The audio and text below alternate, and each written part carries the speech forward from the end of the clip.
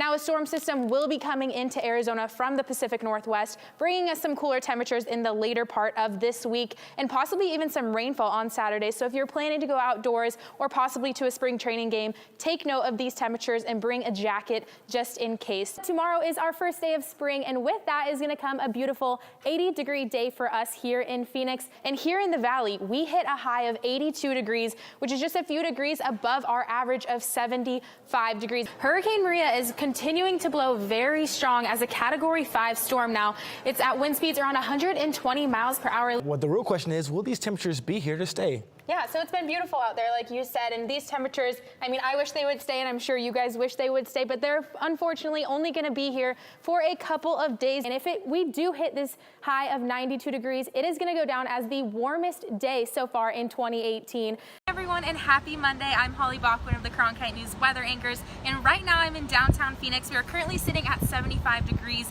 mostly sunny skies, and if you are expecting some spring temperatures, you are going to get them for the next couple of days. It's actually going to get pretty warm as we head into the week. Tomorrow morning, we're going to start out pretty cool at 57 degrees. Holly, do you have some good news for us? All right, so I have some good and some bad news. You guys take your pick what you want first. Let's start with the bad news first. All right, we'll start with some bad news. So we currently have a high pressure system coming in from the coast, and as you can see here, moisture and precipitation is coming in through the coast, which is going to mean rain for us tomorrow and somewhat into Wednesday. An NAU student, Seth Royal, sent me this video on campus today, and as you can see, the snow is getting sticky on the ground, so make sure if you are up north, you are driving safely and bundling up for these temperatures. Right now, we are sitting at our high of 80 degrees, and it was a beautiful day out there today. Heather from Tempe sent in this photo at Tempe Town Lake, and Amanda from Flagstaff sent in this beautiful photo from up north earlier today. 91 degrees is the high on Saturday.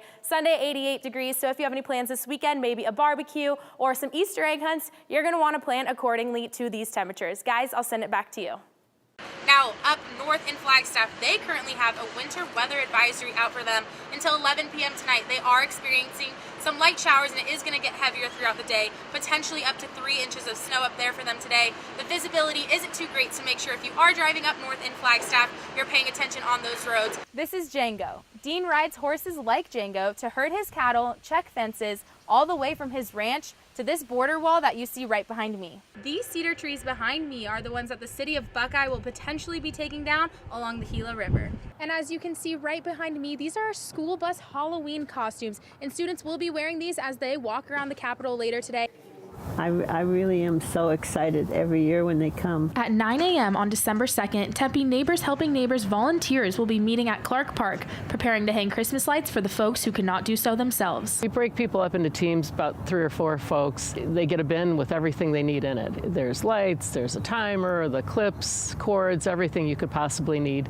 And on the top is the map of the seniors' location. People get nominated to be on the receiving end of the program's holiday spirit. We get a lot of nominations from neighborhood chairs or city employees that just maybe have special dealings with older folks in their neighborhoods, and they kind of know who could use an extra hand. This marks the 5th year of this program, and they plan to go to around 50 houses. It's a labor of love.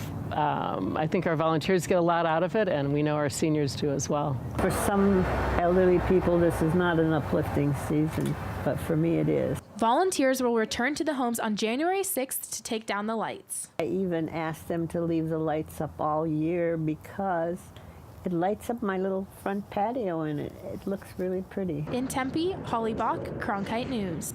It's that time of year when lots of people who work outside feel a little relief, including southern Arizona ranchers. I met one who's using sustainable cattle ranching near Nogales.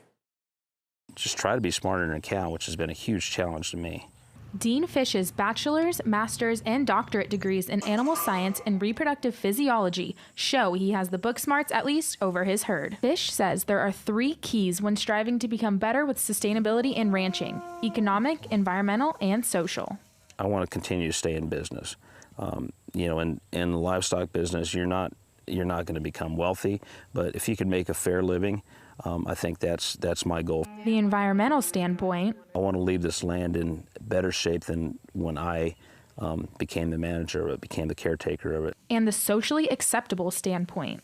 You know, so we want to create a low stress situation. We want to make sure the cows are comfortable and that we're taking the proper care of those and doing a good job with that and producing beef for America. Ranchers like Dean are working hard to implement sustainable practices, including water harvesting and pasture rotation on ranches just like this. The more that we learn about the science of sustainably using land in cattle production, the more effective we can be, and the less the risk that we're going to do something irreversible that we're going to regret in the future.